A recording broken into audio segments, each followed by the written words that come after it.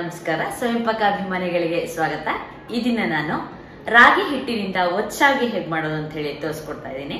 ಬೇಕಾಗುವ ಪದಾರ್ಥಗಳು: ರಾಗಿ ಹಿಟ್ಟು 1.5 ಕಪ್ಪು, ಉಪ್ಪು ರುಚಿಗೆ ತಕ್ಕಷ್ಟು, ನಾನಿಲ್ಲಿ 1 ಟೀ ಸ್ಪೂನು ಕಲ್ಲುಪ್ಪು ಇಟ್ಕೊಂಡಿದ್ದೀನಿ, ನೀರು ಹತ್ರ 2 ಕಪ್ಪು, ನಾನಿಲ್ಲಿ 1.25 ಕಪ್ಪು ಮೇಲೆ 2 ಟೇಬಲ್ ಸ್ಪೂನ್ ಅಷ್ಟು ಹಾಕಿದ್ದೀನಿ.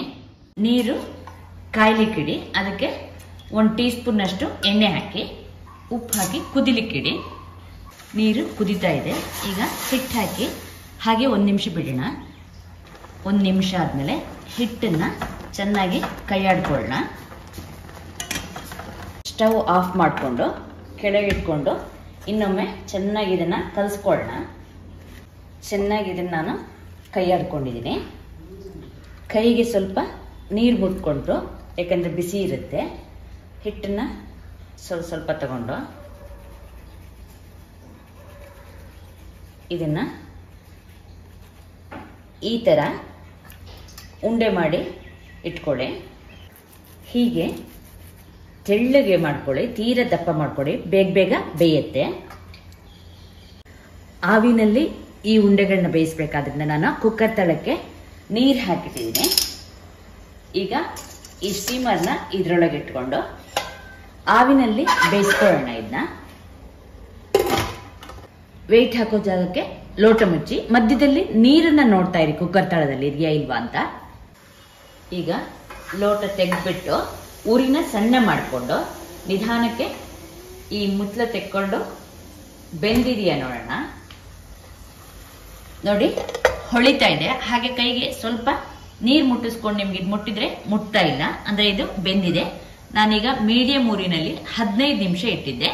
ಒಂದು ಕಡ್ಡಿ ತಗೊಂಡು ನೋಡಿ, ಈ ತರ ನೀವು ಉಂಡೆಗೆ ಹಾಕಿದ್ರೆ ನೋಡಿ ಏನು ಹಿಟ್ಟು ಅಂಟ್ತಾ ಇಲ್ಲ ಅಂದ್ರೆ ಬೆಂದಿದೆ ಅಂತ ಹೇಳಿ. ಸ್ಟವ್ ಆಫ್ ಮಾಡೋಣ. ಕೆಳಗೆ ಇಳಿಸ್ಬಿಟ್ಟು ಇದನ್ನ ಮುಚ್ಚೆ ಇಟ್ಕೊಳ್ಳಿ, ಯಾಕಂದ್ರೆ ನಿಮಗೆ ಒತ್ತಬೇಕಾದ್ರೆ ಸುಲಭ ಆಗುತ್ತೆ, ಇಲ್ಲದ್ರೆ ಸ್ವಲ್ಪ ಗಟ್ಟಿ ಆಗುತ್ತೆ. ಈ ಶಾವಿಗೆ ಒರಳಿಗೆ ಹಾಗೆ ಈ ಮೇಲಿನ ಭಾಗ ಬಿಲ್ಲೆಗೆ ಎಣ್ಣೆ ಒರೆಸಿಟ್ಕೊಳ್ಳಿ.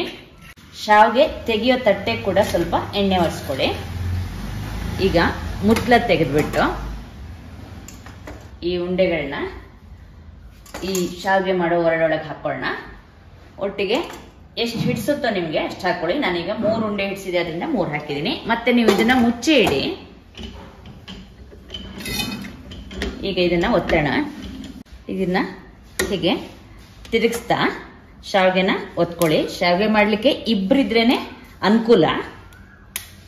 ಈ ಒತ್ತಿದ ಶಾವಿಗೆನ ಒದ್ದೆ ಬಟ್ಟೆ ಮೇಲೆ ಹಾಕೊಳ್ಳಿ. ಒಂದ್ರ ಮೇಲೆ ಒಂದು ಹಾಕಬೇಡಿ, ಬಿಡಿಯಾಗಿ ಬೇರೆ ಹಾಕಿ.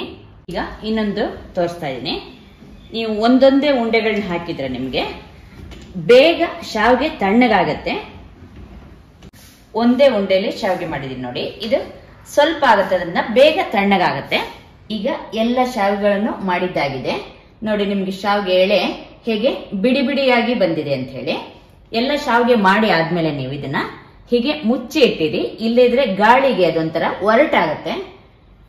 ದಪ್ಪ ಮೆಣಸಿನ್ಕಾಯಿ ಅಂದ್ರೆ ದೊಣ್ಣೆ ಮೆಣಸಿನ್ಕಾಯಿನ ನಾನು ತೆಳ್ಳಕ್ಕೆ ಉದ್ದುದಕ್ಕೆ ಹೆಚ್ಚಿಟ್ಕೊಂಡಿದ್ದೀನಿ.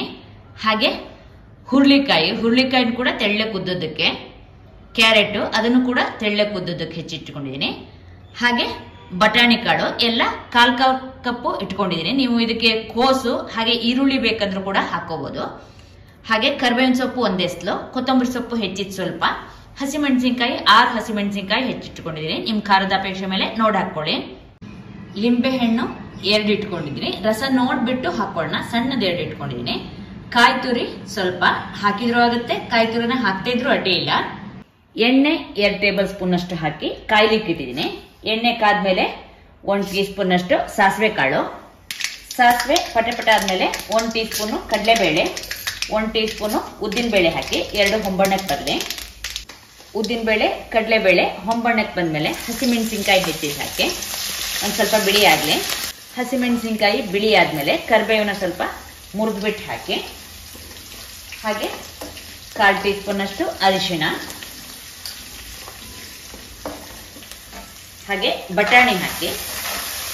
ಬಟಾಣಿ ಸ್ವಲ್ಪ ಬೇಯಲಿ, ಮುಚ್ಚಿಡಿ. ಬಟಾಣಿ ಬೆಂದಿದೆ ನೋಡೋಣ. ಬಟಾಣಿ ಬೆಂದಿದೆ. ಅದಕ್ಕೆ ಕ್ಯಾರೆಟ್, ಹುರುಳಿಕಾಯಿ, ಹಾಗೆ ದಪ್ಪ ಮೆಣಸಿನ್ಕಾಯಿ ಹೆಚ್ಚಿದ ಹಾಕಿ ಚೆನ್ನಾಗಿ ದೊಡ್ಡ ಊರಿನಲ್ಲಿ ಇದನ್ನ ಕೈ ಆಡಿಸ್ಕೊಳ್ಳಿ. ಇದು ಹಾಗೆ ಒಂಥರ ಕರಂ ಕುರುಮ ಆಗಿದ್ರೆ ತಿನ್ಲಿಕ್ಕೆ ಚೆನ್ನಾಗಿರುತ್ತೆ. ಬೇಯಬೇಕು ಅಂದ್ರೆ ನೀವು ಸ್ವಲ್ಪ ನೀರು ಹಾಕೊಂಡು ಬೇಯಿಸ್ಕೋಬಹುದು. 1/4 ಟೀ ಸ್ಪೂನ್ ಅಷ್ಟು ಕುಟ್ಟಿದ ಉಪ್ಪು ಹಾಕಿ ಕೈ ಆಡ್ಕೊಳ್ಳೋಣ. ಈಗ ನಾನು 3-4 ನಿಮಿಷಗಳ ಕಾಲ ಇದನ್ನ ಹುರಿದಿದ್ದೀನಿ. ಇದು ಅರ್ಧ ಬೆಂದ ಹಾಗಾಗಿದೆ. ಪೂರ್ತಿ ಬೇಯಬೇಕಂದ್ರೆ ನೀವು ಹೆಚ್ಚೊತ್ತು ಮಾಡ್ಕೋಬಹುದು. ಈಗ ಸ್ಟವ್ ಆಫ್ ಮಾಡೋಣ. ಈ ಶಾವಿಗೆಗಳನ್ನೆಲ್ಲ ಒಂದೊಂದಾಗಿ ತೆಗೆದು ಒಗ್ಗರಣೆಗೆ ಹಾಕೊಳ್ಳೋಣ. ಲಿಂಬೆ ಹಣ್ಣಿನ ರಸನ ಹಿಂಡ್ಕೊಳ್ಳೋಣ. 1 ಟೀ ಸ್ಪೂನ್ ಅಷ್ಟು ಬೆಲ್ಲ ಹಾಕೊಳ್ಳೋಣ. ಬೆಲ್ಲನೂ ಹಾಕ್ಲೇಬೇಕು ಅಂತೇನಿಲ್ಲ. ಹಾಗೆ ಕಾಯಿ ತುರಿ, ಕೊತ್ತಂಬರಿ ಸೊಪ್ಪು ಹಾಕಿ ಇದನ್ನ ನೀವು ಕೈಯಲ್ಲೇ ಕಲಸಿದ್ರೆ ಚೆನ್ನಾಗಿ ಕಲ್ತ್ಕೊಳ್ಳುತ್ತೆ. ಈಗ ನಾನು ಚೆನ್ನಾಗೆಲ್ಲ ಹೊಂದ್ಕೊಳ್ಳುವಂತೆ ಕಲಸಿದೀನಿ ನೋಡಿ. ಉದ್ರುದ್ರಾಗಿ ಶಾವಿಗೆ ಈಗ ತಿನ್ಲಿಕ್ಕೆ ಸಿದ್ಧವಾಗಿದೆ. ಈ ಒತ್ತು ಶಾವಿಗೆಯನ್ನ ಖಾರ ಒಗ್ಗರಣೆ ಹಾಕಿ ಮಾಡೋದನ್ನ ನಾನು ತೋರಿಸಿದ್ದೀನಿ. ಇದನ್ನ ಕಾಯಿ ಹಾಲು ಜೊತೆ ತಿನ್ಲಿಕ್ಕೆ ಕೂಡ ತುಂಬಾ ಚೆನ್ನಾಗಿರುತ್ತೆ. ನೋಡಿದ್ರಲ್ವಾ ಆರೋಗ್ಯಕರವಾದ ರುಚಿಕರವಾದ ರಾಗಿ ಒತ್ತು ಶಾವಿಗೆ ಹೇಗೆ ಮಾಡೋದು ಅಂತ ಹೇಳಿ. ನೀವು ಕೂಡ ನಿಮ್ಮ ಮನೆಯಲ್ಲಿ ಈ ಒತ್ತು ಶಾವಿಗೆಯನ್ನು ಮಾಡಿಬಿಟ್ಟು ನಿಮ್ಮ ಅಭಿಪ್ರಾಯ ತಿಳಿಸಿ.